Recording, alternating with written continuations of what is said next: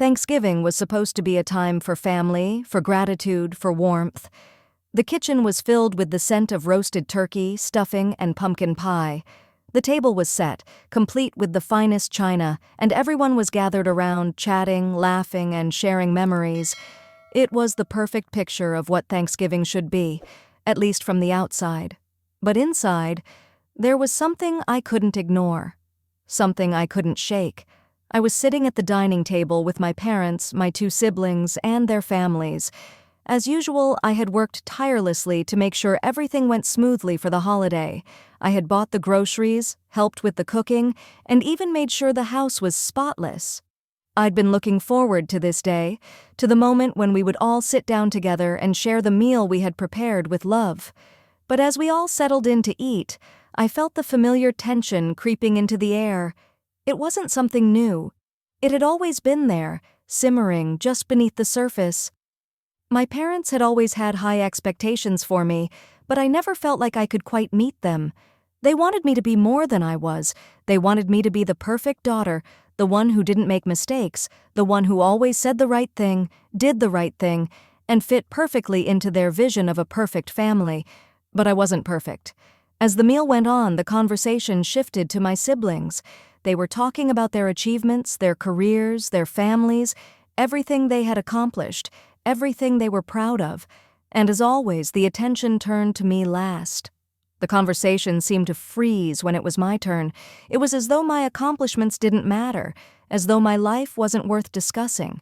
My parents didn't care about the small victories I had worked so hard to achieve.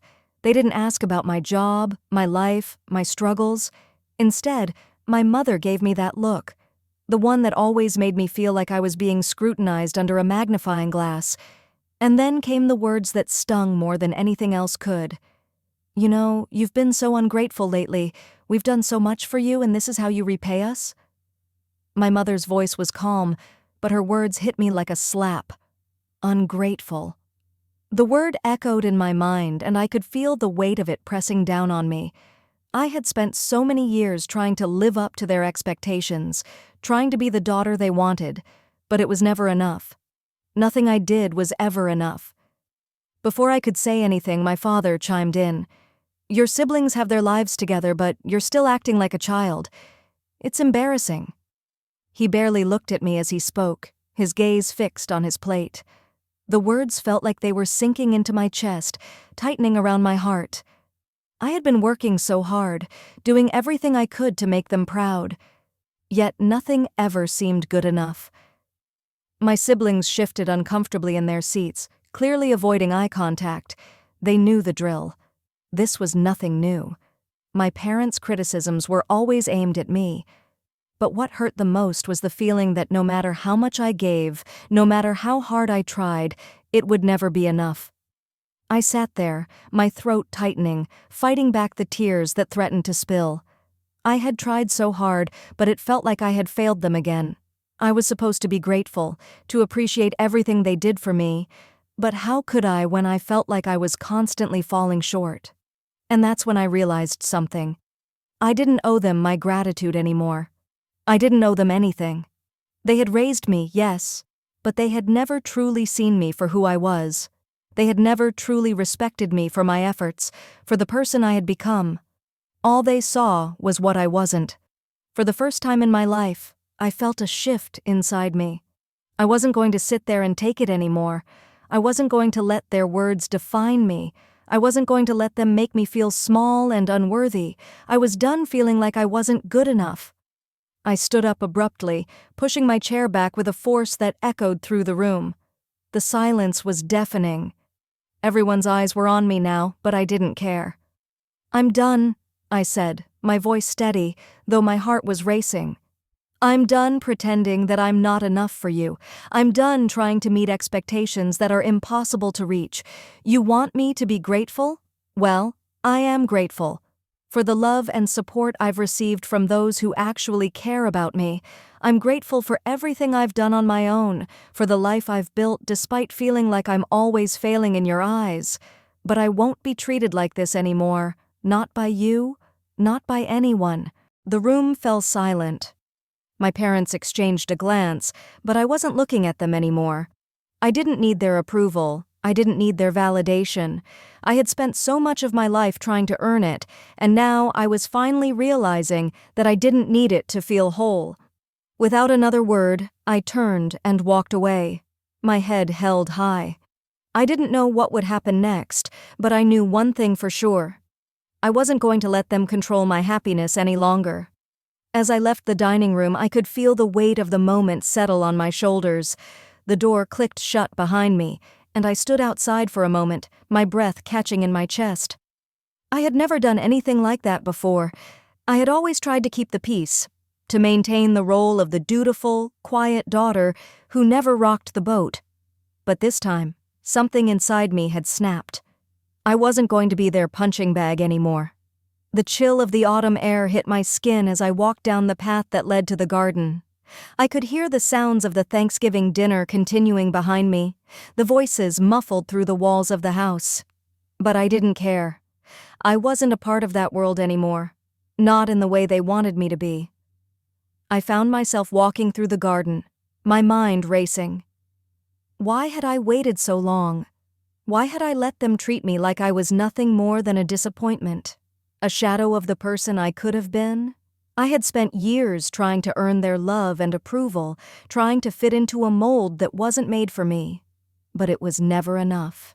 As I stood there, I thought back to all the moments I had tried so hard to be perfect. Every Christmas, every birthday, every family gathering, I had always been the one who was expected to keep it together, to do everything right, but it was never enough for them. No matter what I did, it was never enough to meet their expectations. And in that moment, I realized something incredibly freeing. I didn't need to live up to their expectations anymore. I didn't need their approval to feel like I was worthy of love or success. I was enough, just as I was. The people who truly mattered in my life had always been there for me, and I didn't need to prove anything to anyone who couldn't see me for who I was. The sound of footsteps interrupted my thoughts, and I turned to see my sister, Emily, walking toward me. She looked hesitant, unsure of what to say. We had always been close, but I had never shared the depth of my pain with her before. I wasn't sure how she would react to what had just happened. "I'm sorry," she said softly, her voice full of concern. "I didn't mean for it to go like that." I took a deep breath, wiping away a tear that had slipped down my cheek. "It's not your fault, Em. It's just, I've had enough. I've been trying to be the perfect daughter for too long. I've been trying to make them happy, to make them proud, but it's never enough. Nothing I do will ever be enough for them." Emily stood next to me, her presence a comforting reminder of the love that was still left in my life. "You know they don't mean it," she said gently, placing a hand on my arm. "They're just difficult. They've always been like this." "I know," I replied, my voice cracking. "But it doesn't make it hurt any less." She nodded, her eyes full of understanding. "I get it. I know how hard you've worked, how much you've done for them. I just wish they saw that." "I wish they did too," I whispered, my chest tightening as I spoke. "But I can't keep waiting for them to change. I can't keep hoping that one day they'll finally accept me for who I am. I have to stop hoping for something that will never come." We stood in silence for a moment, the weight of the conversation settling over us. It wasn't easy to accept that my parents might never change, that they might never see me the way I wanted them to, but I knew I had to let go of that hope. I had to let go of the idea that I could somehow make them proud by meeting their impossible standards. Emily squeezed my arm. "I love you. You know that, right?" I looked up at her, the words I had been holding back finally escaping. "I love you too. And I'm so glad you're here." We stood together for a moment longer, and for the first time in a long time, I felt like I wasn't alone. I had always been there for my parents, but in that moment I realized that I needed to start being there for myself. I couldn't keep waiting for their approval. I had to be my own source of validation. Emily stayed by my side, and together we walked back toward the house. It was time for me to face what was left of the holiday, but this time I wouldn't be pretending anymore. I wouldn't be the perfect daughter for them. I would be the daughter I needed to be for myself. As we entered the house, the warmth of the room felt different. The laughter and conversation that had once seemed so inviting now felt distant. But this time I didn't feel the weight of expectation on my shoulders. I wasn't going to let their criticisms define me. I was done seeking their approval. I was done living in the shadow of their judgment. As the evening wore on, the tension in the air seemed to dissipate slightly, but the words my parents had thrown at me earlier still echoed in my mind. They had called me ungrateful. They had belittled me in front of everyone, and for what? Because I wasn't what they expected? Because I wasn't the person they wanted me to be? I found myself standing in the kitchen, away from the dinner table, trying to collect my thoughts. I could feel the anger rising again, the injustice of what had happened just an hour ago. It was like a festering wound, and it hadn't healed despite everything I had told myself. I poured myself a glass of water, my hands trembling slightly as I tried to steady my thoughts. What was I supposed to do now? How could I continue to pretend that I could meet their impossible expectations? How could I continue to act like everything was fine when they had so thoroughly rejected me for being myself? I thought about the years of my life spent trying to please them, the times I had sacrificed my own happiness, my own dreams, just to earn their approval. And for what? To be called ungrateful on the one day of the year that was supposed to be about family, love, and gratitude? As I stood there, I realized that I didn't need to keep trying to earn their approval. I didn't need to prove myself to anyone, especially not to them. It wasn't my fault that they couldn't see me for who I truly was. I had tried my best, I had given my all, but they had never appreciated it. The realization hit me hard. I wasn't ungrateful. I was simply tired of trying to fit into a mold that was never made for me. My thoughts were interrupted by a light knock on the kitchen door. I turned to see my younger brother, Liam, standing there with an uncertain look on his face. He hesitated for a moment before walking in, glancing at me with concern. "Hey," he said softly, "you okay?"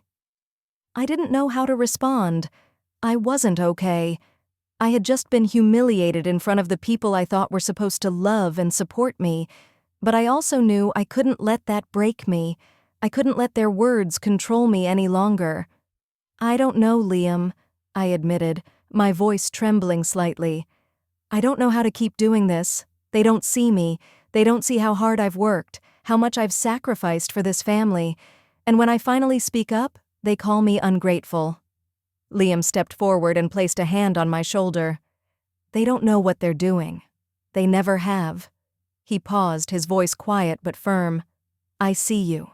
I've always seen you, and I think you're one of the most amazing people I know." His words hit me harder than I expected. In that moment, I realized that Liam, my younger brother, was the one person who had always understood me. He wasn't perfect, and neither was I, but he had always seen me for who I was. He didn't care about the expectations of our parents. He saw my struggles, my strength, and my resilience. And in that moment, I felt a surge of gratitude for him, something I hadn't realized I was missing. "I appreciate you, Liam," I whispered, tears welling up in my eyes.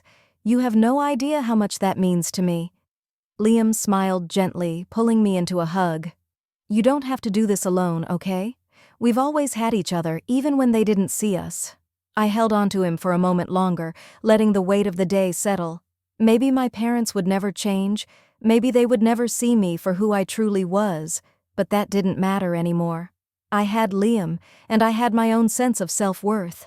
I had the power to stand up for myself, to make my own decisions, and to live a life that was true to who I was. As we pulled apart, I wiped my eyes and took a deep breath. I wasn't going to let this ruin me. I wasn't going to let their cruelty take away my sense of worth. I had to stand up for myself to stop letting their toxic expectations control my life. "I'm done with trying to fit into their mold," I said, my voice steady.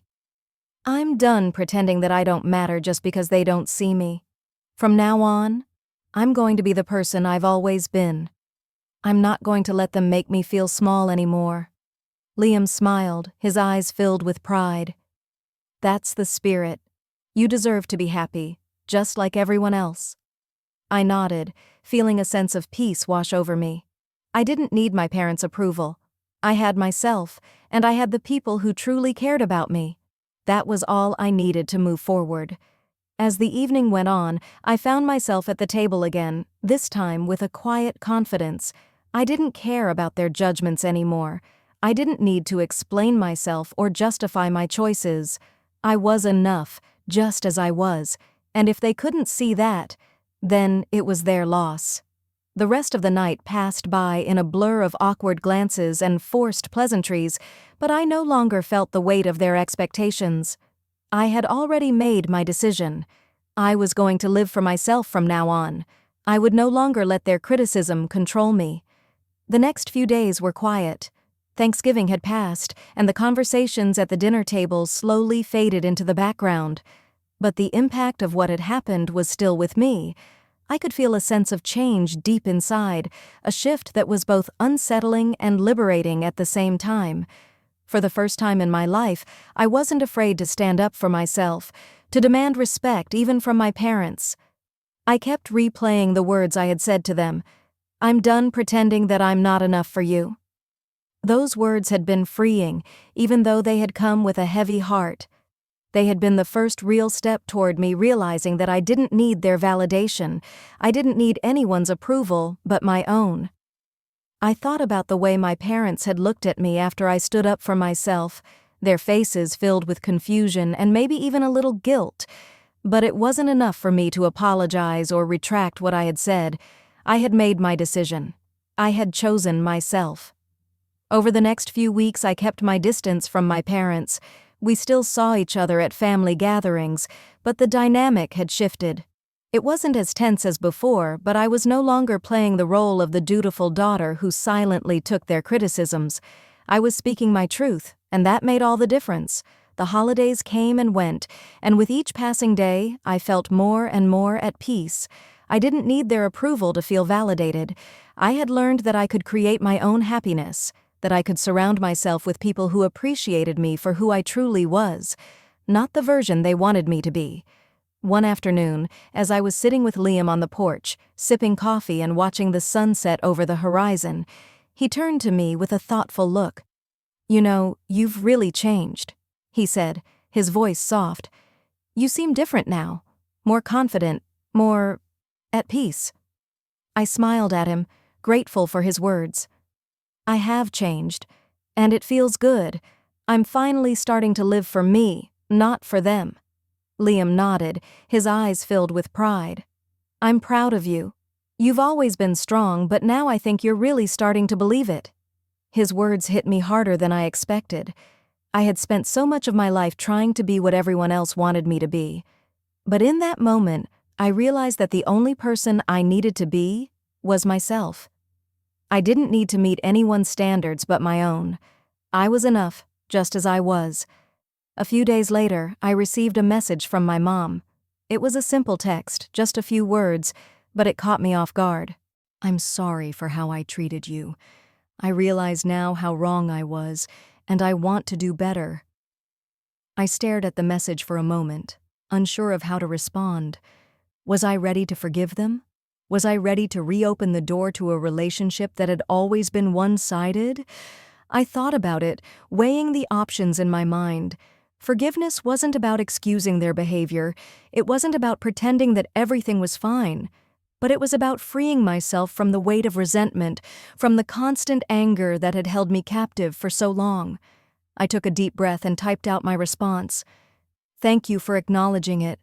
I've forgiven you, but it will take time for things to heal. I'm not ready to go back to how things were, but I'm open to trying again." It wasn't perfect and it wasn't a grand reconciliation, but it was a start. It was the beginning of something new, something healthier. It was the beginning of me choosing my own path, of setting boundaries with love, not anger. And it was the beginning of me knowing that I could move forward without needing them to change for me to be happy. As the months passed, things between us slowly started to shift. My parents and I were still figuring out how to rebuild our relationship, but the foundation was different now. I was no longer the quiet daughter who silently accepted their criticisms. I was a woman who had learned to speak her truth and demand respect. And the most important lesson I learned?